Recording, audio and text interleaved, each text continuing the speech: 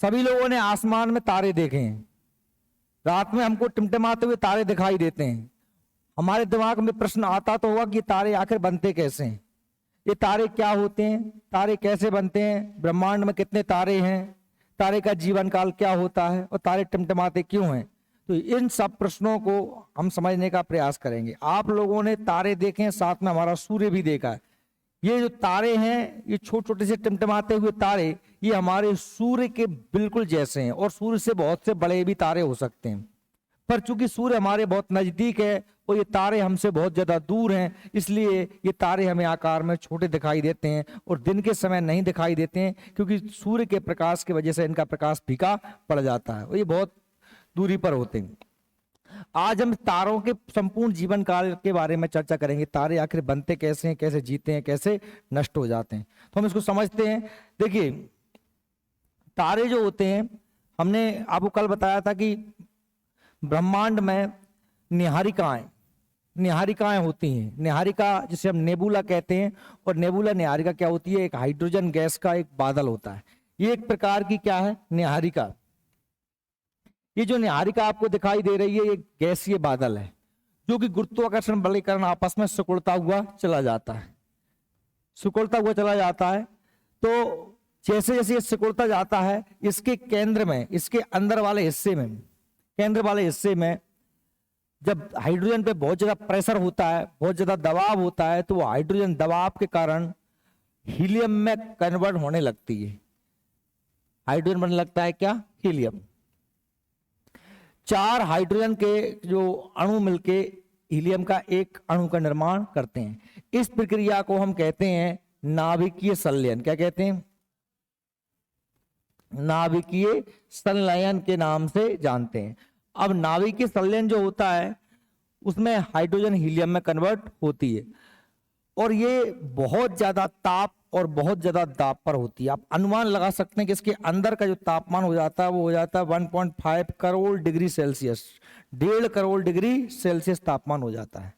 तब ये hydrogen helium में बदलना शुरू होती है और यहीं से जन्म होता है तारे का। जब ये प्रक्रिया शुरू होती है, तो इस प्रक्रिया के दौरान बहुत ज्यादा मात्रा में ऊर्जा निकलती है, एनर्जी निकलती है, उससे तारा हमको चमकता हुआ दिखाई देने लगता है। तो जो तारा है, अब तारा कितना बड़ा बादल था उसके आधार पर निर्भर करेगा। ज्यादा बड़ा बादल था या छोटा तारा था, तो ये औसत तारा बनेगा या फिर महाकाय तारा बनेगा। बड़ा तारा है, ये बड़ा तारा है, ये एवरेज तारा है। ठीक है, तारे के आकार के आधार पर ही उसका जीवन काल और उसका अंत निर्भर करता है कि उसका आकार कितना था जब वह बना था। छोटा तारा था तो वह, इसमें कम हाइड्रोजन होगी, छोटे वाले में इसमें ज्यादा हाइड्रोजन होगी, क्योंकि जितना बड़ा गैस का बादल उतना बड़ा तारा बादल काय का था, हाइड्रोजन गैस का। अब धीरे धीरे वो सिकुड़ता जाएगा, उसकी हाइड्रोजन हीलियम में बदलती जाएगी, चमकता रहेगा और एक दिन ऐसा आएगा कि पूरी हाइड्रोजन क्या बदल जाएगी, हीलियम में बदल जाएगी। और जब पूरी हाइड्रोजन हीलियम में बदल जाएगी तो वह उससे प्रकाश आना बंद हो जाएगा। वह केवल एक लाल रंग का तारा दिखाई देगा, जिसे हम रेड ज्वाइंट या फिर लाल दानव तारा कहते हैं। इसका आकार भी बड़ा हो जाता है, फूल जाता है। ये भी लाल दानव तारा बनेगा दोनों, पर दोनों में यहां पर एक अंतर होगा, जिसे हम कहते हैं आकार के आधार पर इसमें भी एक विस्फोट होगा, जिस विस्फोट को हम कहते हैं नोवा। क्या कहते हैं, नोवा। और इसमें होगा सुपरनोवा। सूर्य के द्रव्यमान से यदि हमने कहा 2.44 गुना ज्यादा भारी तारा होगा, तो उसमें जो विस्फोट होगा वह कहलाएगा नोवा। और अगर उस विस्फोट सूर्य से 2.44 से ज्यादा भारी होगा, तो उसमें क्या कहलाएगा, सुपरनोवा। एक सीमा है, एक लिमिट है, जिसे हम चंद्रशेखर सीमा कहते हैं। जब ये विस्फोट होगा तो बहुत ज्यादा चमक पैदा होगी। हुआ क्या है, फिर से रिपीट करिए, बादल था, सिकुड़ा, बना तारा। ऐसे तारे को हम कहते हैं आदि तारा। क्या कहते हैं, प्रोटोस्टार। क्या कहते हैं, प्रोटोस्टार। आदि तारा, जो बेबी तारा है, बच्चा तारा भी बना है, धीरे धीरे वह बड़ा होता जाएगा, उसकी हाइड्रोजन हीलियम में कन्वर्ट होती जाएगी। एक दिन ऐसा आएगा कि पूरी हाइड्रोजन हीलियम में कन्वर्ट हो जाएगी, तारे का बुढ़ापा आ जाएगा, तारा नष्ट हो जाएगा। तारा नष्ट नहीं होता, तारा नष्ट होता कैसे कि वो लाल दानव तारा बनता है। लाल दानव तारा जब बनता है तो उसका दानव मतलब बड़ा, आकार बढ़ जाता है और वह लाल रंग का हो जाता है। फिर उसमें एक विस्फोट होता है, इसे हम नोवा या सुपरनोवा कहते हैं। नोवा विस्फोट में चमक कम होती है, सुपरनोवा विस्फोट में चमक ज्यादा होती है, क्योंकि ये द्रव्यमान में क्या होता है, अंतर होता है। ठीक है, जो मूल तारा था, जब ये मूल तारा था, जब विस्फोट होता है तो इसकी चमक से 20 गुना अधिक चमक ज्यादा होती है जब सुपरनोवा विस्फोट होता है। सुपरनोवा विस्फोट होने के बाद में क्या होता है कि भाई ये एक प्रकार से इसकी गुठली गुठली शेष रह जाती है ना, गुठली गुठली शेष रह जाती है, तो वो क्या कहलाती है, न्यूट्रॉन तारा। क्या कहलाती है, न्यूट्रॉन तारा। और वह बहुत तेज स्पीड से घूम रही होती है, उससे क्या कहते हैं, पल्सर तारा। क्या कहते हैं, पल्सर तारा। अगर तारा सूर्य के द्रव्यमान से 1.44 गुना भारी था तो उसमें क्या होता है, सुपरनोवा, और उससे क्या बनता है, उससे न्यूट्रॉन बनता है, पल्सर बनता है, और अंतोगत्वा वह सिकुड़ता चला जाता है और क्या बन जाता है, श्याम विवर ब्लैक होल का निर्माण होता है।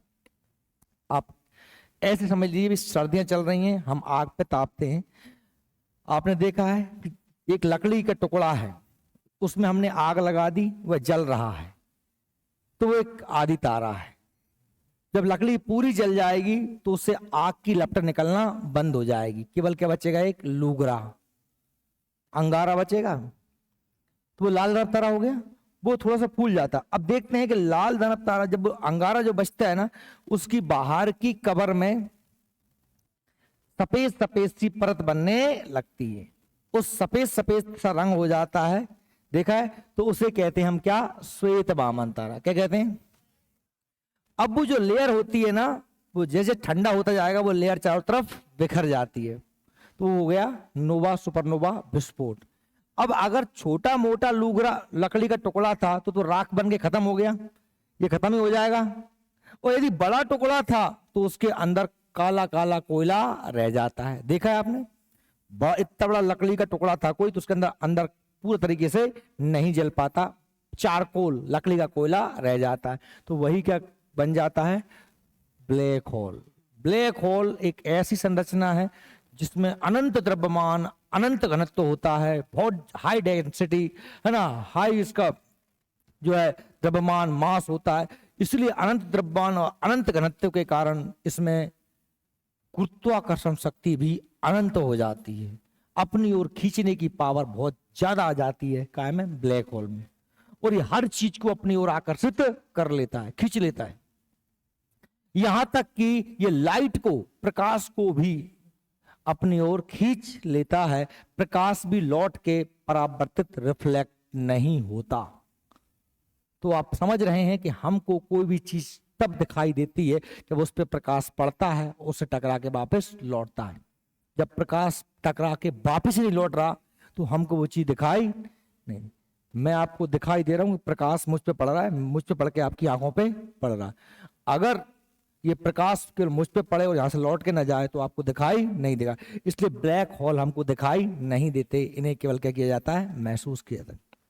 तो हमने देखा निहारिका से बना आदि तारा, आदि तारा से बना क्या, लाल दानव तारा, लाल दानव तारा से बना सुपरनोवा या श्वेत वामन तारा, उसमें हुआ विस्फोट, नोवा या सुपरनोवा, वो आकार पर निर्भर करता है। और उसके बाद बनता है न्यूट्रॉन तारा, उसके बाद बनता है पल्सर तारा।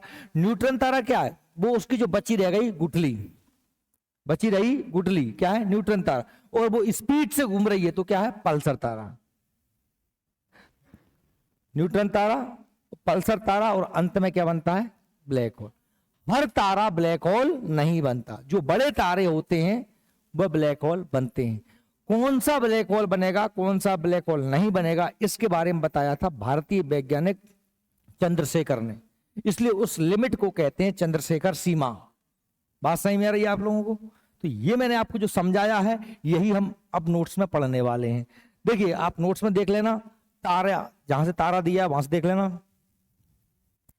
देखिए मिल गया तारा, तारे उष्ण चमकती हुई गैस के भाग होते हैं। तारे क्या हैं? उष्ण माने गर्म, चमकती हुई गैस के भाग होते हैं जो निहारिकाओं से उत्पन्न होते हैं। कहां से उत्पन्न होते हैं? मिल गया क्या नोट्स में आप लोगों को सबको? ये आकार, द्रव्यमान और तापमान में सूर्य के व्यास में 450 गुना छोटे या 1000 गुना बड़े तक हो सकते हैं।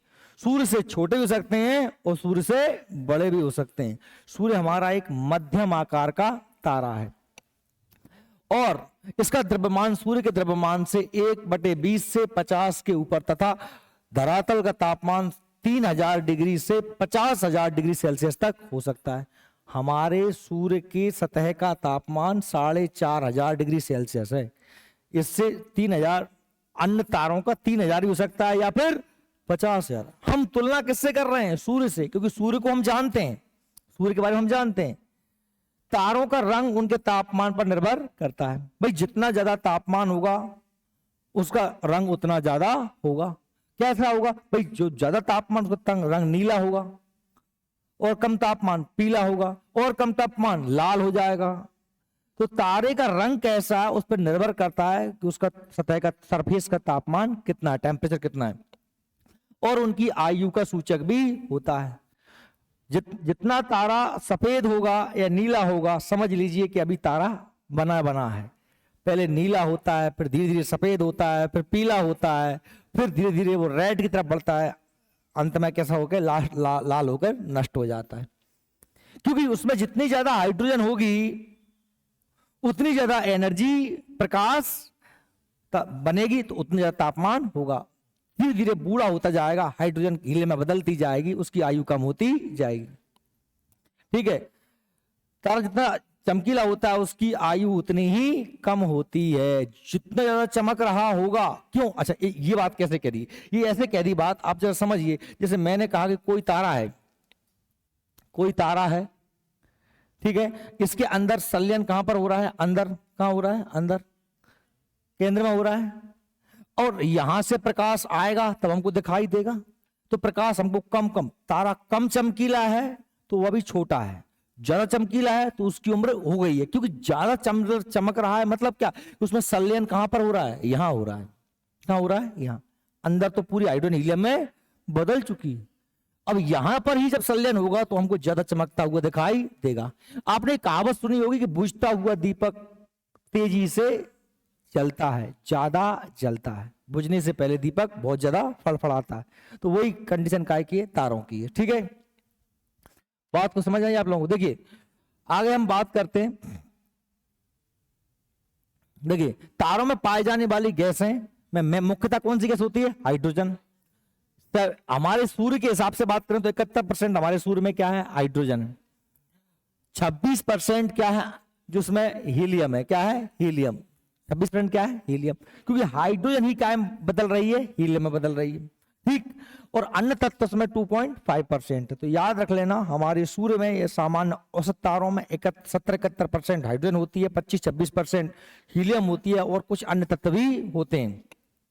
तारों में हाइड्रोजन व हीलियम में संलयन की प्रक्रिया पाई जाती है। नाभिकीय संलयन, याद रख लेना, नाभिकीय संलयन में हाइड्रोजन से मिलकर बनती है हीलियम। हाइड्रोजन हल्का नाभिक है, हल्का है, उसका परमाणु क्रमांक 1 होता है। हीलियम भारी नाभिक है, उसका परमाणु क्रमांक 2 होता है। हल्का नाभिक से क्या बनता है? भारी नाभिक। और इस प्रक्रिया को नाभिकीय संलयन कहते हैं। इसमें ऊर्जा मुक्त होती है, उस ऊर्जा के कारण ही सूर्य हमको चमकता हुआ दिखाई देता है। कभी पूछें कि सूर्य में ऊर्जा का मुख्य स्रोत क्या है, तो नाभिकीय संलयन। दो चीजें होती हैं, नाभिकीय संलयन, नाभिकीय विखंडन। नाभिकीय संलयन मतलब होता है हल्का तत्व मिलके भारी तत्व बनाए, जैसे कि हाइड्रोजन बना रही है हीलियम। और नाभिकीय विखंडन होता है जब कोई भारी तत्व टूट जाए हल्के तत्वों में, जैसे कि यूरेनियम 235 जो होता है वो टूट जाता है छोटे छोटे कणों में। नाभिकीय संलयन और नाभिकीय विखंडन, है ना। नाभिकीय संलयन पर आधारित है परमाणु बम, क्या है? और नाभिकीय विखंडन पे आधारित है हाइड्रोजन बम। कौन सा बम? 2 प्रकार के बम होते हैं, यानी न्यूक्लियर बम कहते हैं हम, परमाणु बम और हाइड्रोजन बम। परमाणु बम संलयन पे काम करता है, हाइड्रोजन बम विखंडन पे काम करता है। ये बहुत ही विनाशक बम होते हैं। ठीक है, तारे और उनका विकास की अगर हम बात करें, देखिए तारा नीहारिकाओं से उत्पन्न उष्ण चमकती हुई गैसों के भाग होते हैं। इनका जीवन काल अत्यधिक लंबा होता है और ये विभिन्न अवस्थाओं से होकर गुजरते हैं। तारे के जीवन क्रम की प्रमुख अवस्थाएं हम देख लेते हैं। सबसे पहले हम बात करते हैं, सबसे पहले क्या होता है, गैसों का मेघ। मेघ मतलब बादल, क्या है, गैस क्लाउड, गैसों का बादल। जैसे हमने क्या नाम दिया था, निहारिका नाम दिया था। और वो गैसों का बादल ग्रेविटी की वजह से सिकुड़ता हुआ ज्यादा से जितना ज्यादा सिकुड़ता सिकुड़ता सिकुड़ता चला जाएगा और एक समय ऐसा आएगा कि उसके केंद्र में अत्यधिक प्रेशर होने के कारण टेम्परेचर हाई हो जाएगा और हाइड्रोजन हीलियम में कन्वर्ट होने लगेगी। क्या कह रहे हैं भाई, किसी तारे का जीवन आकाश गंगा की तीसरी भुजा में हाइड्रोजन एवं हीलियम के बादलों के बनने शुरू होता है। इन मेघों को स्टेलर नेबुला कहते हैं। क्या कहते हैं, नेबुला मतलब निहारिका, ठीक है। स्टेलर नेबुला क्योंकि इससे क्या बनने वाला है, स्टार बनने वाला है, आदि तारा। जब ये प्रक्रिया हो जाती है, अंदर बहुत प्रेशर, दाब और बहुत ज्यादा ताप, टेम्परेचर हो जाता है 1.5 करोड़ डिग्री सेल्सियस, तो फिर संलयन की प्रक्रिया शुरू और तारे का जन्म। तारे का जन्म उसे क्या कहते हैं, आदि तारा। जब आकाशगंगा में हाइड्रोजन का बादल काफी बड़ा होता है, बहुत बड़ा होता है, तो गुरुत्वाकर्षण के प्रभाव से गैसीय पिंड सिकुड़ने लगता है। गैसों का जो पिंड होता है वो आपस में कंप्रेस्ड होने लगता है। तब आदि तारा, इसको अंग्रेजी में कहते हैं प्रोटोस्टार। क्या कहते हैं, प्रोटोस्टार, आदि तारा कहलाता है। इसका केंद्र सघन होता है। सघन का मतलब होता है बहुत ज्यादा घना। इसके कारण इसे भ्रूण तारा कहते हैं। क्या कहा जाता है, भ्रूण मतलब बेबी तारा, बच्चा तारा, ठीक। तो इस प्रकार से आप देख रहे हैं कि ये बादल सिकुड़ना, और बादल के सिकुड़ने से अंदर बहुत तापमान हुआ और बहुत तापमान में हाइड्रोजन बदलने लगी काय में, हीलियम। और ये हो गया नाभिक के संलयन की शुरुआत, और यहां से निकलने लगा प्रकाश। अब ये तारा हमको कम चमकता हुआ दिखाई दे रहा है क्योंकि इसे केंद्र में हो रहा है क्या, संलयन, ठीक। अब क्या होता है, धीरे धीरे ये नाभिक की संलयन की प्रक्रिया होती रहती है, हाइड्रोजन हीलियम में बदलती रहती है। जब पूरी हाइड्रोजन हीलियम में बदल जाती है तो उससे प्रकाश आना बंद हो जाता है। तारे का रंग लाल और तारे का आकार बहुत ही बड़ा हो जाता है, ठीक है। देखिए रक्त तरा, रेड जॉइंट, जैसे जैसे तारे का केंद्र में नाभिकीय संलयन, न्यूक्लियर फ्यूजन अभिक्रियाएं होती हैं, तो उसका हाइड्रोजन हीलियम में परिवर्तित होता है। अतः कुछ समय पश्चात उसके क्रोड में, क्रोड मतलब उसके केंद्र में, उसके नाभिक में हीलियम की प्रधानता हो जाती है। केवल क्या बचती है, हीलियम ही बचती है, तथा नाभिकीय संलयन अभिक्रियाएं रुक जाती हैं। अब नाभिकीय संलयन, जब हाइड्रोजन ही नहीं बचा तो नाभिकीय संलयन कहां से होगा, तो हाइड्रोजन रुक जाती है। इससे क्रोड में दबाव कम हो जाता है, तो तारा सिकुड़ने लगता है, परंतु तारे का बाह्य कवच हाइड्रोजन में संलयन होने लगता है और ऊर्जा विकिरण की तीव्रता घट जाती है, किरणें बनना बंद हो जाती हैं, रेडिएशन निकलना बंद हो जाता है। तारे की इस अवस्था को हम लाल दानव तारा कहते हैं। क्या कहते हैं, लाल दानव तारा कहते हैं, क्योंकि इसका रंग बदलकर लाल हो जाता है और उसका आकार भी बढ़ने लगता है। देखिए आप सोच रहे हो ये हमारा सूर्य है, एक समय जब इसका, आज देखिए हमारे सूर्य का निर्माण आज से 5 अरब वर्ष पूर्व हुआ था। कितने वर्ष, 5 अरब वर्ष पूर्व, ठीक है। और आज से 5 अरब वर्ष, आज की कंडीशन ये है, आज से 5 अरब वर्ष पहले हमारा सूर्य का निर्माण हुआ था, क्या था, आदि तारा। और आज से 5 अरब वर्ष बाद सूर्य क्या हो जाएगा, लाल दानव तारा बन जाएगा। आपको पता है ना कि सूर्य जो हमारा है, इस सूर्य के यहाँ पे परिक्रमा कौन कर रहा है, बुध कर रहा है, यहाँ पे कौन कर रहा है, शुक्र कर रहा है, यहाँ कौन कर रहा है, पृथ्वी कर रही है। मेरी बात को, तो हमारा जब सूर्य आज से 5 अरब साल बाद एक लाल दानव तारा बनेगा, तो देखिए क्या होगा, इसका रंग लाल और आकार इतना बड़ा हो जाएगा। तो आप समझ पा रहे हैं कि ये पृथ्वी सहित, बुध शुक्र सहित मंगल तक सभी ग्रहों को आप निगल जाएगा। हम तक सूर्य में, भले सूर्य हमसे कितनी दूर पर है, 15 करोड़ किलोमीटर, तो इतना फैल जाएगा कि हम भी उसमें समाहित हो जाएंगे। बात समझ में आ रही है। तो ये हमारा जब सूरज क्या बनेगा, लाल दानव तारा बनेगा, इस कंडीशन हो जाएगी। जब लाल दानव तारा बनेगा तो उसके ऊपर अब वो धीरे धीरे, लकड़ी मैंने कहा सब लूगड़ा बना, बना लूगरा आपका, तो जब लूगरा है ठंडो होगा तो वापस सफेद सफेद रंग की परत आने, दिमाग में आ रहा है क्या? दिमाग में लेके आओ आप, एक लकड़ी का कोई टुकड़ा है जलता हुआ, बुझ गया है, अब वो सफेद सफेद होने लगे, उसके ऊपर एक कवर बनने लगता है, सफेद सफेद सी राख, उस राख में भी फिर धीरे धीरे दरारें पड़ने लगती हैं। कुछ समय बाद वो अगर छोटा लूगरा था तो पूरी राख बन जाता है, बड़ा था तो ऊपर की राख फैल जाती है, अंदर का कोयला कोयला बच जाता है। बस सिंपल सी बात है। श्वेत वामन तारा, जब लाल रंग का द्रव्यमान हमारे सूर्य के द्रव्यमान के बराबर अथवा कम होता है, ये तो सूर्य के बराबर या कम होता है, तो उसका बाह्य कवच प्रसारित होकर अंततः लुप्त हो जाता है। बचा हुआ करोड़ धीरे धीरे संकुचित होकर अत्याधिक घनत्व के द्रव्य के गोले के रूप में बचा रहता है। इसके परिणाम स्वरूप अंतरंग का ताप अधिक बढ़ जाता है, जिससे हीलियम के नाभिक संलयन होकर कार्बन जैसे तत्वों में परिवर्तित होने लगते हैं। हीलियम के संलयन के परिणाम स्वरूप मुक्त कम ऊर्जा के कारण यह क्रोड किसी श्वेत वामन के समान दीप्त होता है।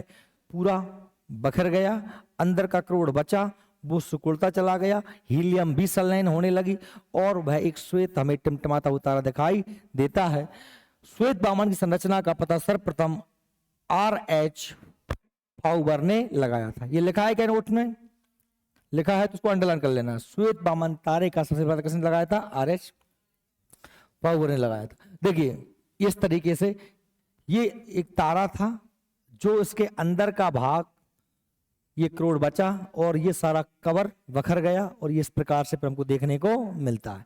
ठीक है, अब क्या होता है कि श्वेत वामन तारा जो है, मान लीजिए श्वेत हो गया था, अब ये चूंकि ऊर्जा का कोई स्रोत तो बचा नहीं, हीलियम हाइड्रोजन बची नहीं थी, राख बन के सब बखर ही गया था, धीरे धीरे तापमान कम हुआ, ठंडा होगा तो क्या बन जाएगा? काला बौना तारा। क्या बन जाएगा? काला बौना तारा। काला मतलब जब श्वेत वामन के क्रोड का हीलियम धीरे धीरे समाप्त हो जाता है तो पूरा हीलियम भी कायम बदल गया कार्बन में, तो वह ऊर्जा एवं प्रकाश का उत्सर्जन नहीं करता और शीतल होकर सघन काला बौना तारा बन जाता है। अब याद रखिए नोवा सुपरनोवा विस्फोट, मैंने क्या कहा? यदि तारे के द्रव्यमान पर निर्भर करता है, तारा कितना बड़ा था, तारा यदि सूरज से छोटा या सूरज के बराबर था तो उसमें नोवा विस्फोट होता है। क्या होता है? नोवा। लेकिन सूर्य के द्रव्यमान से 1.44 गुना भारी है, से अधिक है, तो वह उसमें एक विस्फोट, जैसे बोलते हैं हम सुपरनोवा विस्फोट। क्या बोलते हैं? सुपरनोवा। उसमें उसका बाहरी कवर बिखर जाता है, अंदर का क्रोड शेष रह जाता है, जो कि संघनित होकर के न्यूट्रॉन तारा, पल्सर तारा बन के अंत में क्या बन जाता है? Black hole. सुपरनोवा और नोवा में अंतर यह है कि अगर मूल तारे की चमक से 20 गुना से कम अगर चमक होती है तो नोवा विस्फोट होता है। 20 गुना मूल तारा मतलब जब वो युवा तारा था, उस तारे से यदि विस्फोट के दौरान चमक 20 गुना से कम होती है तो नोवा, और चमक 20 गुना से ज्यादा होती है तो सुपरनोवा। देखिए सुपरनोवा ऐसा तारा जो सूर्य से कई गुना द्रव्यमान में भारी और रक्तदानव अवस्था को प्राप्त होते हैं, उनका क्रोड अत्याधिक गुरुत्व के कारण सिकुड़ता जाता है और तापमान में अतिशय मतलब बहुत ज्यादा वृद्धि से क्रोड का हीलियम कार्बन में परिवर्तित हो जाता है। अंत में तारे का केंद्र लोहे से युक्त हो जाता है, जिसके फलस्वरूप केंद्र में नाभिक की संलयन क्रिया रुक जाती है। इसके परिणाम स्वरूप तारे का मध्यवर्ती परत, बीच की परत को, बीच की गुठली हो गई, सिकुड़ गई, बाहरी गुठली दूर दूर रह गई।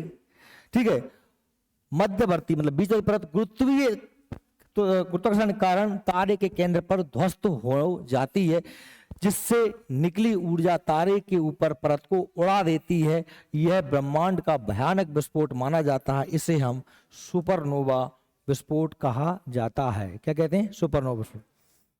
अब क्या बचेगा शेष? गुठली। देखो ये सुपरनोवा विस्फोट हो गया, जब धमाका होता तो पूरे में इस तरीके से एनर्जी फैल जाती है। ये कोई छोटा मोटा एरिया नहीं है, ये अरबों ये करोड़ों प्रकाश वर्ष में फैला हुआ है ना। हम यहाँ पर अपने आप को महसूस नहीं कर सकते। हमारा सूर्य वगैरह तो ये पॉइंट हमारा सूर्य है, तो हमारे ग्रह में की तो छोड़ो, वो तुम्हारी तो दिमाग में लगाई दो, बोट पे तुमको दिख रहा है कि बस कितना सा हो गया, ऐसा नहीं हुआ है, बहुत बड़ा हुआ है, ये करोड़ों वर्ग किलोमीटर में फैला हुआ है। न्यूट्रॉन तारा क्या होता है? तो मैंने कहा जो गुठली सुपरनोवा के बाद जो गुठली बच गई भीतर, वो गुठली जो है क्या कहलाती है? न्यूट्रॉन तारा। न्यूट्रॉन तारे का निर्माण तब होता है जब कोई विशाल तारा अपनी अंतिम अवस्था में पहुंच जाता है तो उसके सुपरनोवा विस्फोट होता है और न्यूट्रॉन तारे की सभी चीजें न्यूट्रॉन के रूप में संगठित होती हैं। ये अपने अक्ष पर सेकंड में 30 बार घूर्णन करता है, 1 सेकंड में 30 बार, मतलब बहुत स्पीड से घूम रहा है। और बहुत स्पीड से कौन सी मोटरसाइकिल चलती है? पल्सर। जल्दी नहीं चलती पल्सर मोटरसाइकिल, स्पीड बहुत ज्यादा होती कि नहीं होती? तो पल्सर, ये घूमता हुआ न्यूट्रॉन तारा क्या कहलाता है? पल्सर। और यह तीव्र रेडियो तरंगें अपने अंदर से निकालता रहता है, विसर्जित करता रहता है। ठीक है, ये है हमारा न्यूट्रॉन तारा जो बहुत ही स्पीड से घूम रहा है। ठीक है, इसमें गुठली बची केवल शेष, पल्सर। इसमें न्यूट्रॉन तारा भी कहा जाता है, लेकिन वास्तव में क्या, जब बहुत स्पीड से घूमता हुआ न्यूट्रॉन तारा क्या कहलाता है? पल्सर। पल्सर एक खगोलीय पिंड है जो स्पंदन के रूप में नियमित अंतराल पर रेडियो तरंगें उत्सर्जित करता है। क्रैब आकाशगंगा के पल्सर द्वारा प्रति 1/30 सेकंड में रेडियो तरंगों का उत्सर्जन होता है। पल्सर का द्रव्यमान सूर्य से अधिक, चुंबकीय क्षेत्र पृथ्वी के चुंबकीय क्षेत्र से 20 ट्रिलियन गुना अधिक, पृथ्वी के चुंबक क्षेत्र से 20 ट्रिलियन गुना, समझ रहे हो? बहुत ज्यादा सिकुड़ा हुआ है, बहुत स्पीड से घूम रहा है, उसका द्रव्यमान, गुरुत्वाकर्षण बल बहुत ज्यादा है। तो घूमने की गति 7000 किलोमीटर प्रति सेकंड है। 1 सेकंड में 7000 किलोमीटर से स्पीड से घूम रहा है, इसलिए इसका नाम क्या है? पल्सर तारा। न्यूट्रॉन तारा ही क्या कहलाता है? पल्सर तारा। ठीक है, अब क्या है कि हम यहाँ पर ये समझते हैं कि कौन सा तारा में ये सुपरनोवा विस्फोट हुआ और अंत में वो क्या बना? Black hole. अब घूमते घूमते कब तक घूमता रहेगा? तो घूमते, जितना तेज घूमेगा, घूमते घूमते और सिकुड़ेगा और सिकुड़ेगा और सिकुड़ेगा, तो अंत में ये सिकुड़ के एक बिंदु मात्र पे आ जाएगा और यही कहलाता है ब्लैक होल। पर हर तारे का अंत ब्लैक होल के रूप में नहीं होता। कौन सा तारा ब्लैक होल बनता है? जिसकी एक सीमा तय है कि भाई सूर्य के द्रव्यमान से 1.44 गुना से अधिक भारी द्रव्यमान वाला तारा होगा, वही सुपरनोवा विस्फोट के बाद में न्यूट्रॉन पल्सर और क्या बनेगा? ब्लैक होल बनेगा। ठीक है, चंद्रशेखर सीमा, भारतीय वैज्ञानिक सुब्रमण्यम चंद्रशेखर ने 1930 में सौरिक द्रव्यमान की वह सीमा निश्चित की थी जिसके अंदर के तारे श्वेत वामन बनते हैं, जिसके ऊपर के अवशेष वाले तारे न्यूट्रॉन स्टार या कृष्ण विवर ब्लैक होल के रूप में। तो हमने कहा सामान्य तारा था, श्वेत वामन के बाद खत्म कहानी। लेकिन तारा बड़ा था तो उसमें सुपरनोवा विस्फोट, न्यूट्रॉन तारा, पल्सर तारा, और घूम घूम के बन गया ब्लैक होल। तो ये कौन ने तय किया था? चंद्रशेखर। कृष्ण विवर मतलब ब्लैक होल बदलते हैं। इन्होंने क्या कहा कि 1.44 सौरिक द्रव्यमान की चंद्रशेखर सीमा नोवा या सुपरनोवा विस्फोट के बाद बचे अवशेष तारे के द्रव्यमान से सुनिश्चित होती है कि चंद्रशेखर के 1983 में सिद्धांत के लिए क्या मिला था? नोबेल पुरस्कार। याद रखेंगे क्या कि चंद्रशेखर ने लिमिट बताई कि सूर्य के द्रव्यमान से 1.44 गुना से अधिक भारी तारे ही ब्लैक होल में बदलते हैं और छोटे तारे श्वेत वामन बनने के बाद नष्ट हो जाते हैं। ठीक है, इसके लिए उन्हें नोबेल पुरस्कार भी मिला था फिजिक्स का। अब हम बात करते हैं कृष्ण विवर, श्याम विवर या ब्लैक होल। तो मैंने बता दिया ब्लैक होल एक ऐसी संरचना है जो तारे का अंतिम परिणाम है। तारा का अंतिम, बड़े तारों का अंत होता है तब वो क्या बनते हैं? Black hole. और हमने क्या कहा था कि तारा था गैसों का बादल, सिकुड़ा, बना आदि तारा। भैया सुन ले, गैसों का बादल, सिकुड़ा, आदि तारा, प्रोटो स्टार, नाभिक के संलयन शुरू, हाइड्रोजन बदल रही है हीलियम, है ना, धीरे धीरे बदलती गई बदलती गई बदलती गई, तो पूरी बदलने के बाद बन गया लाल धनप तारा।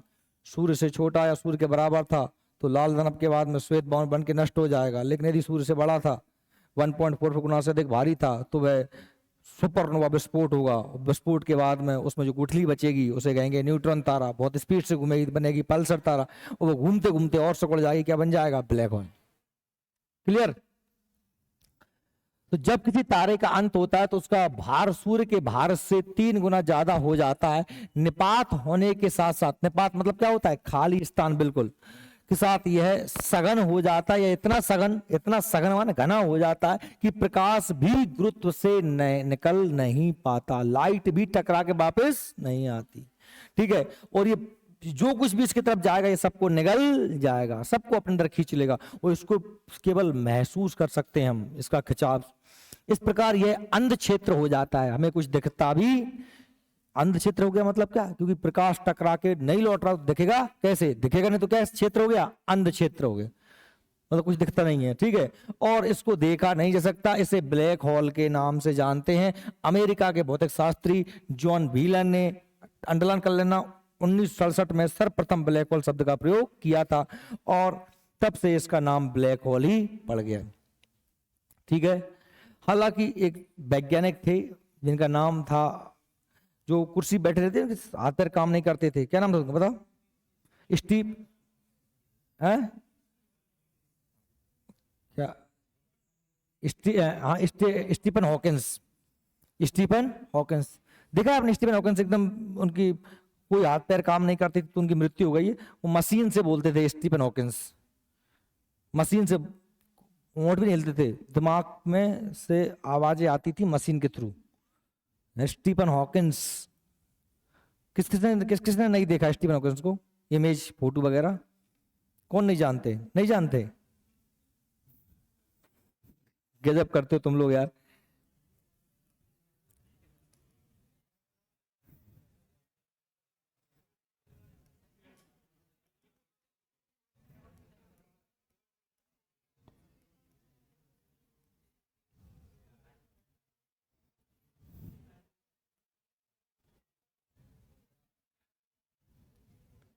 ये स्टीफन हॉकिंस, देखा है?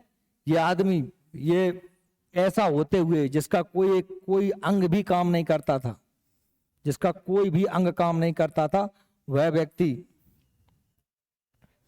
अरे क्या एक्सेप्ट? आई डोंट एक्सेप्ट, नहीं करना है हमें। अरे ये देखो, ये व्यक्ति कुर्सी बैठा रहता था, इसका एक अंग भी काम नहीं करता था, पूरा शरीर पैरालिसिस था, तब भी ये वैज्ञानिक था। इनके जीवन से हमें प्रेरणा मिलती है कि आदमी चाहे तो कुछ भी कर सकता है। कितनी ही प्रकार की आपके जीवन में कुछ ना हो, खाने को ना हो, पहनने को ना हो, शरीर काम ना करते हो, तब भी वैज्ञानिक बन सकते हैं। हम नौकरी नहीं ले पा रहे, हमें समान अंतरराष्ट्रीय रेखाएं याद नहीं हो पा रही, समझ रहे हो? एक आदमी जिसका कुछ भी नहीं चल रहा है, कोई अंग नहीं चल रहा है, वो आदमी ब्रह्मांड के रहस्यों को खोज देता है। इन स्टीफन हॉकिंस ने क्या कहा था? इन्होंने कहा था कि भाई ब्लैक होल जो होता है हर चीज को अपने अंदर खींचता तो है, पर ये उस हर चीज को एनर्जी में कन्वर्ट करके वापस ब्रह्मांड में ही छोड़ देता है। मान लीजिए किसी ग्रह को खींच लिया उसने, तो उसको खींच के उसको क्या में बदल देगा? वो पदार्थ को ऊर्जा में बदल देगा, उसे वापस ब्रह्मांड में ही छोड़ देगा, क्योंकि ब्रह्मांड में ना तो कुछ बन सकता है और ना ही कुछ नष्ट हो सकता है। ये ध्यान रखना आप लोग, ठीक है? याद रख लेना, ब्लैक होल शब्द का सबसे पहले प्रयोग किसने किया था? जॉन व्हीलन ने किया था, ठीक। ये क्या है? Black hole. आप देखिए इस तरीके से, ये है ब्लैक होल, ये कुछ दिखाई नहीं दे रहा बस, लेकिन हर चीज इसकी ओर खिंची हुई चली आ रही है। ये लाखों ग्रह, लाखों तारे मारे, जो कुछ है, उल्का पिंड, धूल धुआं, सब इसमें अंदर खिंचता चला जाता है, ठीक। अब देखिए, ये तो हमने तारे का पूरा जीवन काल कंप्लीट हो गया। अब तारे के जीवन काल के बाद तारा चमकता है। हम जब रात में अंतरिक्ष में देखते हैं बादल में, तो हमको कुछ तारे पीले से, कुछ तारे नीले से, कुछ तारे हमको, है ना, लाल टाइप के टिमटिमाते हुए अलग अलग रंग के तारे दिखाई देते हैं। वो तारों का रंग क्या है? वो तारों के रंग के आधार पर ही हमने तारों का वर्गीकरण किया और उनकी जीवन का पता लगाया कि तारों का जीवन कितना हो चुका है। जैसे हमारा सूरज अभी पीले रंग का बौना तारा है। अलग अलग कैटेगरी में इनको हमने डिवाइड किया है। कुछ चीज आपके नोट्स में नहीं होंगे, उन्हें आप अलग से लिख लेना। ये तो नोट्स में दिया तारों का रंग और तापमान। देखिए, तारों के नियमित वर्ग क्रम, स्पेक्ट्रम मतलब कलर, ठीक है, अर्थात तरंग दैर्घ्य के अनुसार विकिरण की तीव्रता के आधार पर, कितनी तीव्र किरणें आ रही हैं, आधार पर तारों के वर्ण को ज्ञात किया जाता है, कलर्स को ज्ञात किया जाता है। तारे के रंग, उसके तापमान को ज्ञात किया जा सकता है। इसको अंडरलाइन कर लीजिए आप। तारे के रंग से उसके तापमान को हम पता कर सकते, उसमें कितना तापमान है। और तारे के प्रकाश में कई वर्ण होते हैं, खासतौर पर 7 वर्ण होते हैं, बेजानी, हापी नाला, है ना, आप जानते हैं। जैसे कि रीजल का रंग नीला होता है, बेगा का प्रकाश श्वेत प्रतीत होता है। देखिए, ये तारों का रंग। सबसे पहले अगर हमने देखा है भाई तारे का तापमान, तारे की उम्र। शुरुआत में तारा कैसा होता है, जो शुरुआत तारे होते हैं, जो तारे कैसे होते हैं, नीले रंग के होते हैं, उन्हें हम कहते हैं ओ टाइप के तारे। कैसे होते हैं? ओ टाइप। ओ टाइप के तारे होते हैं, इनका रंग कैसा होता है? नीला होता है, गहरा नीला। इनका तापमान होता है 25,000 से 40,000 डिग्री सेल्सियस। आप देखेंगे धीरे धीरे तापमान कम होता जाएगा। ये तारा बना है, शुरुआत में तारा बना है। बी, देखो भले ही इसका रंग कैसा है? नीला है, चमकीला कम है पर तापमान ज्यादा है। इनका तापमान कम हो जाएगा पर ये चमकीले ज्यादा होते चले जाएंगे। बहुत ज्यादा हाइड्रोजन है इसमें और हीलियम में बदल रही है, शुरुआती तारा है। बी तारा ये भी नीला होता है पर थोड़ा सा कम नीला होता है ना, बी। तो ओ और बी का रंग कैसा है? नीला है, ठीक है। एक नीला और सफेद होता है, ये नीला और सफेद है, 7500 से 1100। ऐसे ही एफ सफेद कलर का तारा होता है, सफेद कलर का तारा। और जी पीला तारा होता है, इसका तापमान 5000 से 6000 डिग्री सेल्सियस। और ये हमारा सूरज अभी बी आकार का ही पीला बौना तारा है। इसके बाद में आप जाओगे तो के नारंगी होता है और एम लाल रंग का तारा हो, जिसका तापमान 3000 से 3500 डिग्री सेल्सियस होता है। समझ में आ रही? जब सूरज हमारा डूबता है तो एकदम नारंगी रंग का हो जाता है, उसकी सतह का हमको तापमान कम जान पड़ता है, ठीक है। तो याद रख लेना कि सबसे पहले तारा कैसे होते हैं? नीले तारे होते हैं, ओ और बी। हमारा सूरज कैसा तारा है? जी टाइप का एक पीला बौना तारा है, ठीक है। और अंतिम अवस्था होती है लाल तारे की एम अवस्था। क्या होती है? एम। अब देखिए कुछ तारे की बात करें, अभिजीत तारा क्या होता है? बेगा स्टार, यह आकाश का पहला तारा है। अभिजीत तारा बेगा स्टार क्या है? यह आकाश का पहला तारा है जिसका 1850 में फोटोग्राफ लिया गया था। और यह ऐसा पहला तारा है जिसके स्पेक्ट्रम का पहली बार चित्र 1872 में उतारा गया था। जिसका फोटो लिया गया था, जिसका स्पेक्ट्रम का रंग का चित्र लिया गया था, वो पहला तारा। इसका क्या बोलते हैं अपन? बेगा स्टार या अभिजीत तारा। स्वाति तारा किसे कहते हैं? स्वाति तारा नक्षत्र के नाम से भी प्रसिद्ध है। यह आकाश का पहला ऐसा तारा है जिसे 1635 में एक दूरबीन के द्वारा दिन के समय देखा गया था। तो दिन के समय देखे जाने वाला पहला तारा कौन सा था? स्वाति स्टार, स्वाति तारा 1635 गया था। इसके अलावा यह वह ऐसा भी पहला तारा है जिसके बारे में स्पष्ट जानकारी मिली थी कि वह अपने स्थान से विचलित हो रहा है, मतलब हिलडुल रहा है, यानी उसका अपना निजी, उसकी अपनी खुद की एक गति है, मतलब वो एक जगह स्थिर नहीं है, वो घूम रहा है। दिन में देखे जाने वाला पहला तारा स्वाति तारा। और ये जानकारी कि भाई तारे भी परिक्रमा करते हैं, तारे भी हिलते जुलते रहते हैं, हमें पहले पता नहीं था कि सूर्य भी हिलता है। हम तो ये समझ रहे थे सूर्य स्थिर है, लेकिन बाद में मालूम चला कि सूर्य भी आकाशगंगा के केंद्र की परिक्रमा कर रहा है। तो इसे सिद्ध कैसे हुआ कि स्वाति तारा को हमने देखा तो हमें समझ में आया कि वो एक स्थान पर फिक्स नहीं है, अपने स्थान पर गति कर रहा है। तारों में हाइड्रोजन व हीलियम में संलयन की प्रक्रिया पाई जाती है, अपन जानते ही। अब देखो प्रॉक्सिमा सेंचुरी और साइरस या डॉग स्टार के बारे में मैंने आपको कल ही बताया था कल। ये नोट्स में आगे पीछे है, टेंशन मत लेना, मैंने कल छोड़ के चला था ना वहां से। नहीं ढूंढ रहे हो गए आगे कहां पहुंच गए सर? अरे भाई उसी में पीछे पड़ रहा हूं मैं। तुम लोगों में से तुम्हें होश ही नहीं रहते, सब कुछ दिया है नोट्स में, पर तुम लोग सोचते हो क्रम से। भाई क्रम से चीजें नहीं दी हैं तो नोट्स में, तो मैं तो उसे क्रम से दिमाग पढ़ाऊंगा ना, पर ये नोट्स में दिया सब है।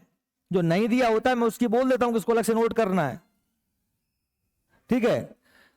तो कल मैंने आपको बताया था प्रॉक्सिमा सेंचुरी सबसे ज्यादा नजदीकी तारा है, साइरस डॉग स्टार सबसे ज्यादा चमकीला तारा है। देखिए प्रॉक्सिमा सेंचुरी, देखिए ये हमारा सूर्य है, मैंने बताया था कल आपको, ये सूरज है।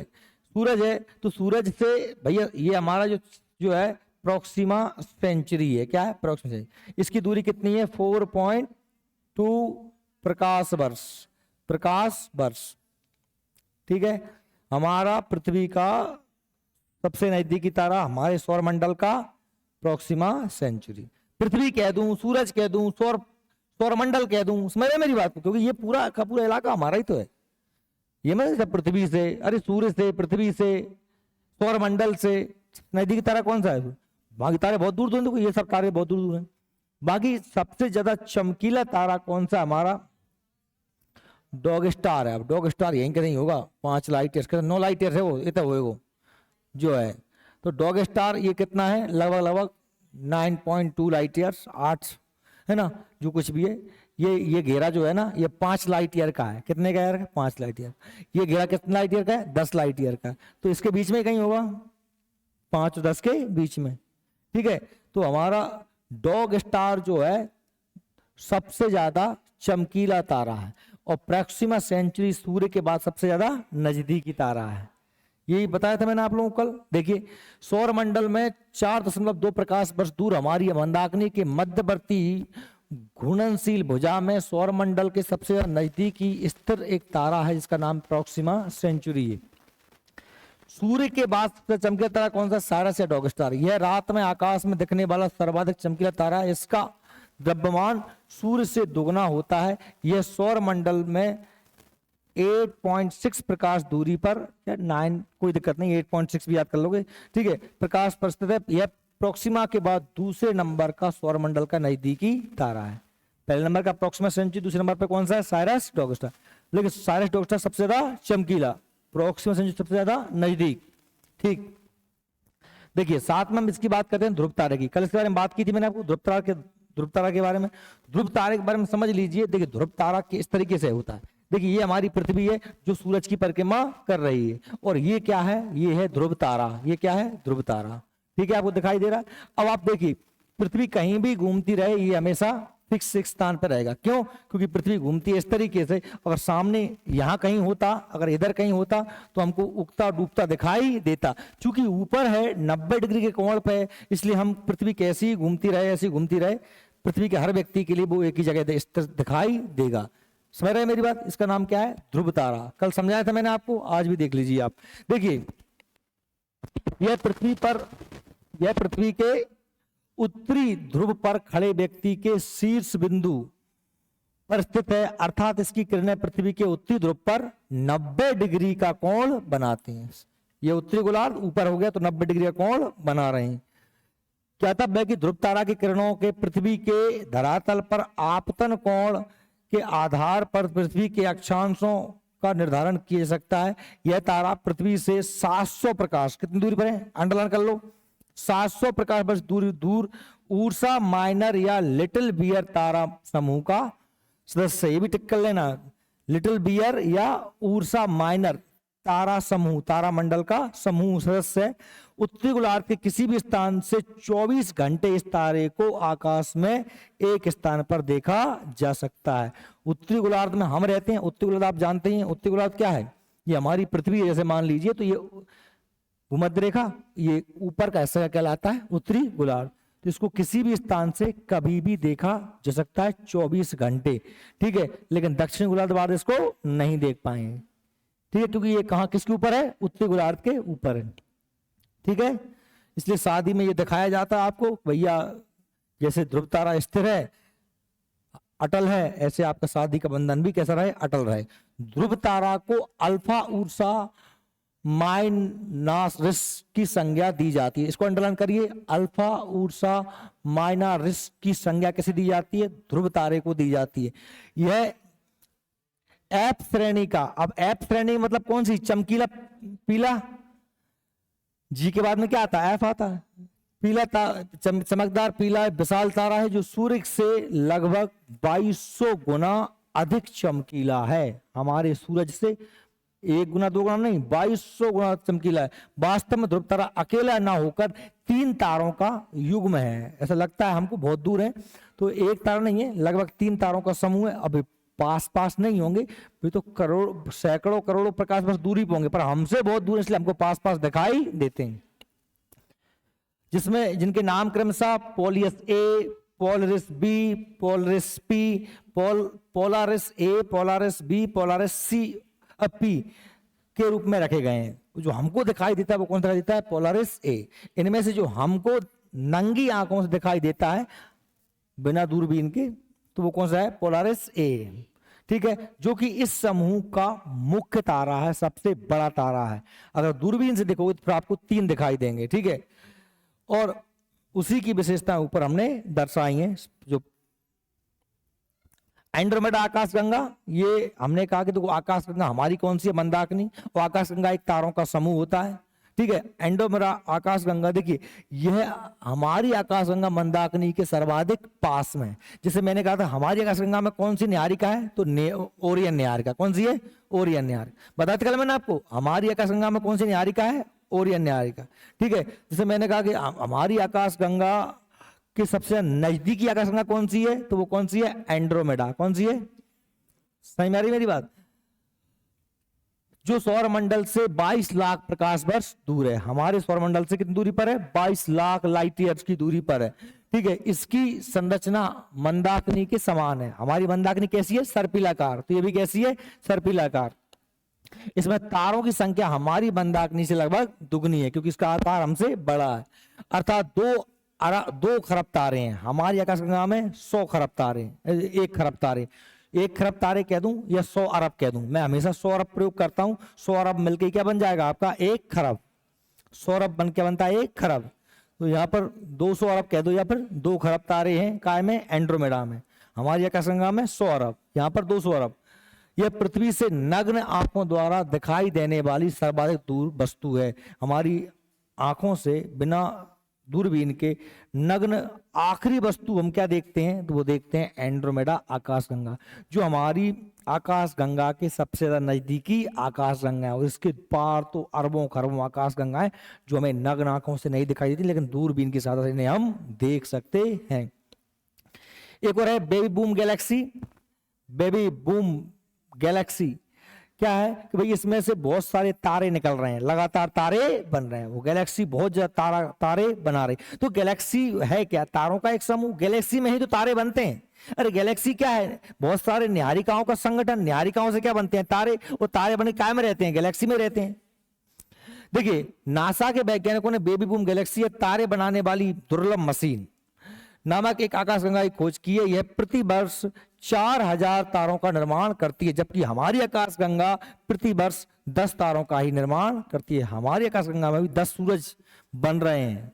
हर साल 10 नए सूरज बन रहे हैं, जबकि यहाँ पर 4000 सूरज बन रहे हैं।